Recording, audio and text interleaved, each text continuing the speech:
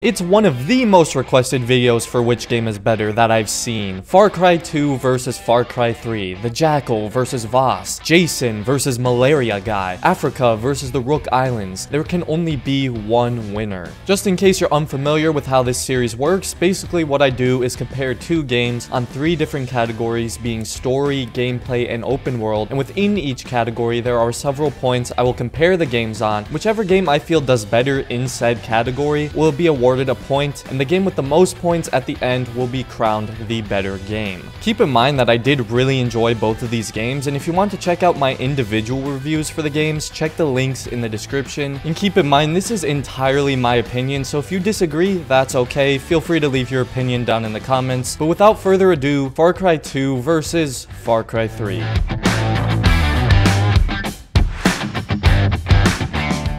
And let's start with the series' kryptonite, the protagonist. The Far Cry series has never really had what I would consider a great protagonist. It's had decent ones, but none that are extremely well known and stand out from the rest. The Far Cry series has always been more known for its villains. But regardless, Jason Brody from Far Cry 3 is probably still the best protagonist of the series. The only other one you could really argue is Ajay from Far Cry 4, but Jason's arc and development is fantastic when compared to Ajay's. I made a video explaining why his arc is so great in more detail, but to sum it up, Jason's story is a dark yet extremely interesting take on what happens to a person when they become a killer. Jason goes from never holding a gun before to using it to kill countless enemies, where most games and movies would just gloss over the effect that killing has on a person. In fact, a lot of the other Far Cry games are perfect examples of that, as every protagonist becomes Rambo with no consequences or internal dilemma at all for murdering hundreds of people. Jason, on the other hand, loses himself. You can see his friends slowly realize how much the island has changed him, and it gets to the point where Jason can't even recognize himself. Citra may have turned Jason into a warrior and gave him the strength to fight, but in return she took his humanity, and Jason's internal battle is what makes him such an interesting protagonist. Oh, and don't get me wrong, personality-wise I hate the guy and I think he's a whiny little baby, but it's clear he's supposed to come off as that spoiled brat at the beginning just to show how much he's changed by the end. Now, the protagonist for Far Cry 2.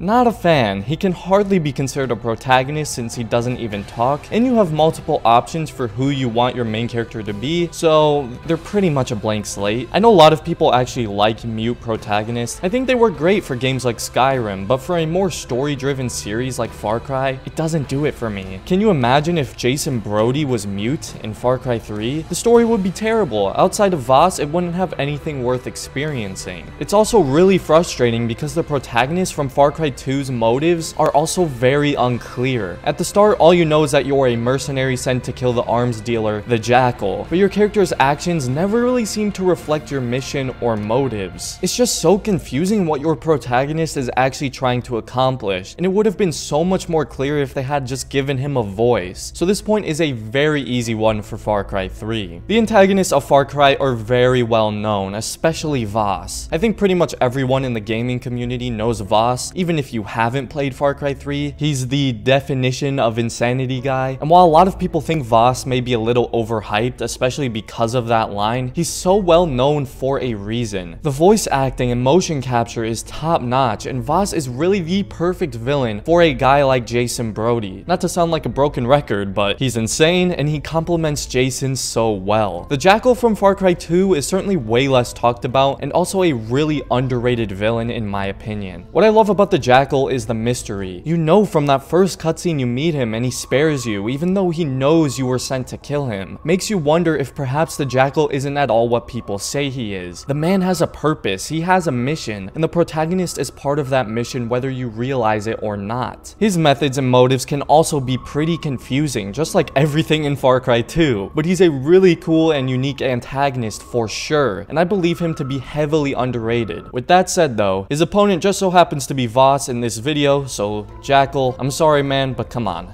It's Voss. He's an iconic villain and for good reason, and if he just had more screen time, he may be considered one of the best villains of all time if he isn't already, so this point is still gonna go to Far Cry 3. The third point is plot, and again, my biggest issue with the plot from Far Cry 2 is it's just messy and confusing. I didn't really understand why I was doing what I was doing during the game. Maybe I'm just slow, but to me, it would have made more sense to have a choice in which faction you help with the UFLL and APR. Both seem to have pretty evil intentions to me, so I wasn't exactly sure why I was helping them, and how they seem to have the shortest term memory after the game constantly forces me to keep switching between the sides and stabbing the other faction in the back. Then one of the factions betrays me and tries to have me killed, and then I go right back to helping them again 5 minutes later. It doesn't make sense. If I'm supposed to be killing the Jackal, that should be the main priority rather than making some side change bouncing between both factions that for some odd reason have decided to station their headquarters right across the street from each other, like those Subways and Jimmy John's that are right next to each other. And I'm not going to spoil it just in case you haven't played this 13-year-old game, but the ending makes no sense. It makes absolutely no sense to me, and I tried looking it up to get an explanation, and everyone seemed to be just as confused as me. So thanks Far Cry 2 for just being weird and confusing with absolutely everything story-wise. At least I understood what I was meant to be doing in Far Cry 3. In fact, it's really simple. I need to get stronger so I can go save my friends and escape the island. Now it gets more complicated and there's twists as you get deeper into the story, but it was much easier to digest and understand. Far Cry 2 certainly has a unique story, but Far Cry 3 has a very good story, so Far Cry 3 gets this point once again. Even though many Far Cry games have similar gameplay mechanics, there's a pretty big difference between Far Cry 2 and Far Cry 3. It's very clear Ubisoft wanted the more realistic, grounded approach with Far Cry 2. There are things like gun jams and weapon durability. The gunplay feels very heavy and weighted. It feels good, although a bit unrefined. The weapon jams happen very often and can be very annoying. I guess it really depends if you prefer that realism, or if you don't want to worry about any of those annoyances like in Far Cry 3. Far Cry 2 has some decent weapon variety, but it was taken up another notch in Far Cry 3. Way more options, the ability to carry more weapons and use explosives like C4 and proximity mines and all that good stuff. So Far Cry 3 is gonna get this point. Stealth. Oh man, well stealth is basically non-existent in Far Cry 2. The enemy NPCs have ridiculous hearing and vision, it's almost impossible to pull off stealth successfully, and even when you do, it's so time consuming that it's not even worth it. There's no detection meter and there's not even stealth takedowns. Not to mention, enemies can actually hear you when you crouch walk behind them, so it's very hard to take out enemies with the machete stealthily. Really the only way is to use a suppressed weapon and pray there are no enemies who can hear the shots. Far Cry 3 greatly improved stealth and actually made it viable. Obviously, there's the detection meter so you can know when you're actually being spotted. There's takedowns, double takedowns, chain takedowns, gun takedowns, just all the takedowns. There's rock lures, more options for suppressed weapons. It's just way easier and way more effective to use stealth in Far Cry 3, so that's another easy point there. And customization is another really easy one because there isn't customization in Far Cry 2. There's no gun customization. The sights and attachments it comes with is what you get. Meanwhile, in Far Cry 3, the customization isn't crazy, but you can put different muzzles and sights and camos on the weapons, so it's still better than Far Cry 2.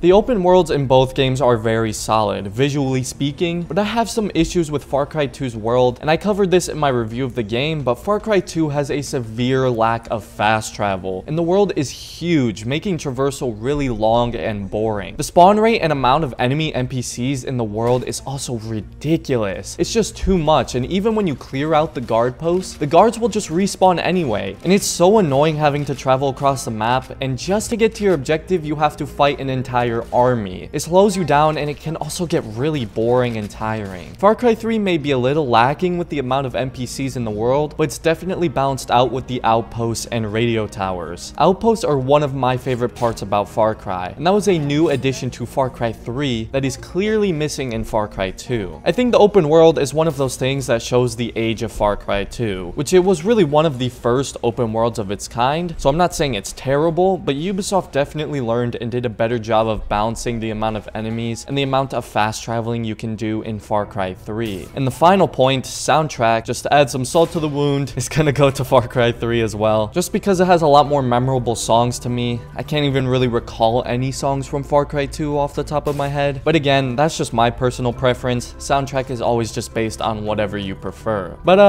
wow, I really didn't expect it to be this lopsided, but Far Cry 3 wins this battle 8-0. Now, despite the score, I don't think Far Cry 2 is a bad game by any means. If anything, this just shows that Far Cry 3 is a really good game and a straight up improvement from Far Cry 2. But Far Cry 2 definitely still has a high regard in the Far Cry series for me, and I still enjoyed the game, but Far Cry 3 to me is clearly the better game of the two. Again, this video was all my opinion, so let me know in the comments what you think the better game is, and if you enjoyed this video, I've made a ton other like it for many other games for the Far Cry series, like Far Cry 5 vs New Dawn, for example, so feel free to check those out and consider subscribing for more videos like this in the future. Thanks for watching, and have a great day, everybody.